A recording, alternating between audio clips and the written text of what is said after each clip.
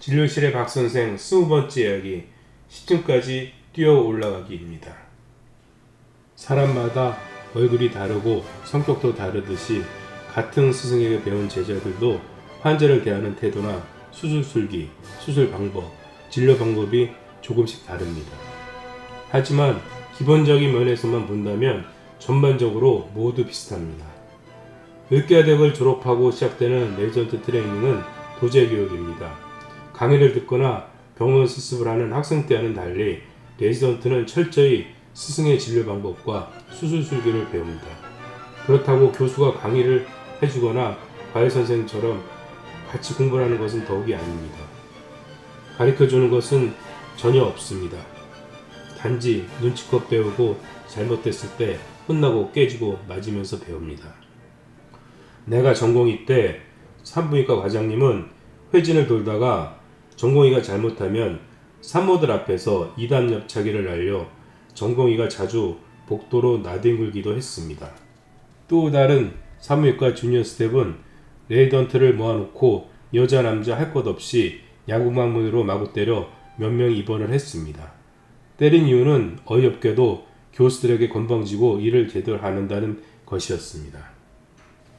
말도 안 되는 이유였습니다. 누가 자기 목줄을 잡고 있는 교수들에게 건방질 수가 있겠습니까?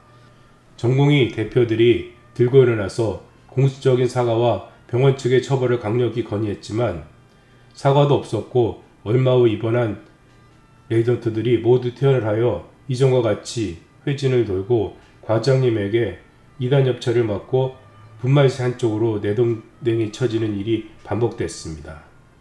하지만 요즘에는 이런 일이 없습니다. 만약에 이런 일이 일어나면 인터넷이나 SNS가 있어 순식간에 유포가 되기 때문에 이처럼 극단적인 폭력이 일어날 수가 없습니다. 그리고 분만의 위험과 의료사고의 가능성이 높아 산부인과 인기가 없어서 전공을 하려는 인턴들이 없어 교수들이 혹시 도망갈까봐 전공의들을 신주 모시듯이 합니다. 만약에 혼이라도 심하게 내서 전공의가 도망이라도 가게 된다면 교수들이 모든 일을 해야 하기 때문입니다. 비뇨기과도 산부인과처럼 살벌한 과는 아니지만 외과 계통의 과들이 모두 그렇듯이 보통 상하에 위계질서가 잘 잡혀 있었습니다. 밑에 전공의가 위년체에게 대들거나 학문적으로 따지고 들 수가 없습니다. 그것은 자기가 무덤을 파는 것이고 만약 교수에게 대든다면 평생 교수직이나 대학병원에서의 진료에 대해서는 꿈도 꾸지 말아야 합니다. 의사사회란 곳이 매우 폐쇄적이고 쫀쫀하기 때문에 한 대학에서 문제를 만든 사람은 다른 대학에서도 그 사람을 받아주지 않습니다. TV 드라마나 영화에서 수술 중에 윗사람에게 대들거나 논쟁을 벌이는 장면을 자주 보게 되는데 이런 장면을 볼 때마다 실소를 터뜨립니다. 이런 일은 절대 일어날 수 없습니다. 그리고 인턴이 드라마에서 보듯이 환자의 배를 개복하거나 중요한 오더를 내리는 일은 더더욱 없습니다. 인턴은 단지 병원에 있는 고급 노무자이고 아르바이트생일 뿐입니다. 의학 드라마에서 수술실 밖으로 레지던트가 쫓겨나는 장면이 가끔 나오는데 실제로도 그런 경우는 다반사입니다. 수술 중에 실수를 했을 때뿐만 아니라 집도의를 잘 도와서 수술을 하더라도 수술술기가 부족하여 수술 시간이 길어지거나 단순히 집도의의 기분이 나쁘면 수술실 밖으로 쫓겨나기도 합니다. 수술을 집도하면서 처음부터 끝까지 욕으로 시작해서 욕으로 끝나는 교수도 있고 짜증으로 시작해서 짜증으로 끝내는 분도 있습니다. 어떤 교수님은 처음부터 끝까지 정신상태가 불완전하게 수술하여 전공의들의 간담을 서늘하게 하는 분도 있습니다. 회진을 돌 때도 교수에 따라 회진을 도는 방법이 많이 다릅니다. 정형외과 과장님은 전체 병동의 양쪽 문을 모두 열어놓고 각각의 방에 레지던트를 하나씩 세우고 걸어가면서 방마다 쳐다보면서 손을 흔들고 괜찮으시죠? 라고 말하는 것으로 회진을 마칩니다. 이렇게 회진을 돌면 10분이면 100명도 넘는 환자들을 볼 수가 있습니다. 회진을 돈다기보다는 환자들이 지나가는 과장님을 보는 수준입니다.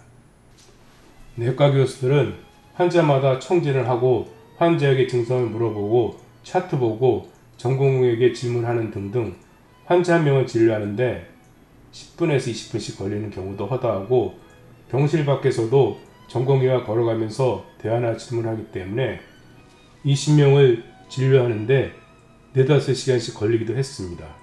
인턴이나 학생실 있을 때 이런 교수님과 회진을 돌다 보면 나중에는 다리가 아파서 주저앉고 싶을 때가 많았습니다. 우리과 과장님도 회진 도는 방법이 특이했습니다. 매일 아침마다 미국에서 브리핑이 끝나면 병실로 회진을 가게 됩니다. 당시 우리과 병실은 병원 건물의 꼭대기층인 10층에 있었습니다. 과장님은 빠른 걸음으로 걸어서 2층 의국에서 10층까지 걸어서 올라갑니다. 10층까지 걸어가는 이유는 아침 운동 겸해서 뛰어 올라가는 것입니다. 10층까지 뛰다시피 걸어 올라가면 과장님이야 모든 의무원들이 헉헉거리게 되고 병실에 누워있는 환자 앞에 서게 되면 모든 사람의 얼굴이 벌개져 있습니다. 요관 결석 환자이고 수술 1일째입니다.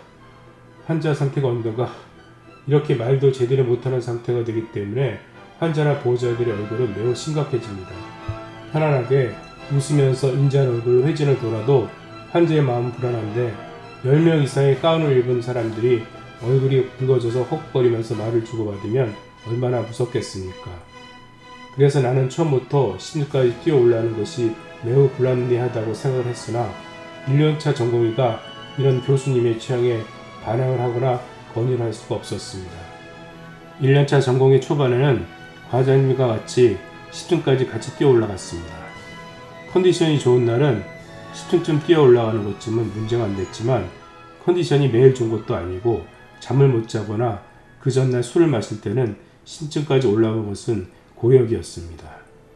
그래서 나는 한 가지 꾀를 냈습니다.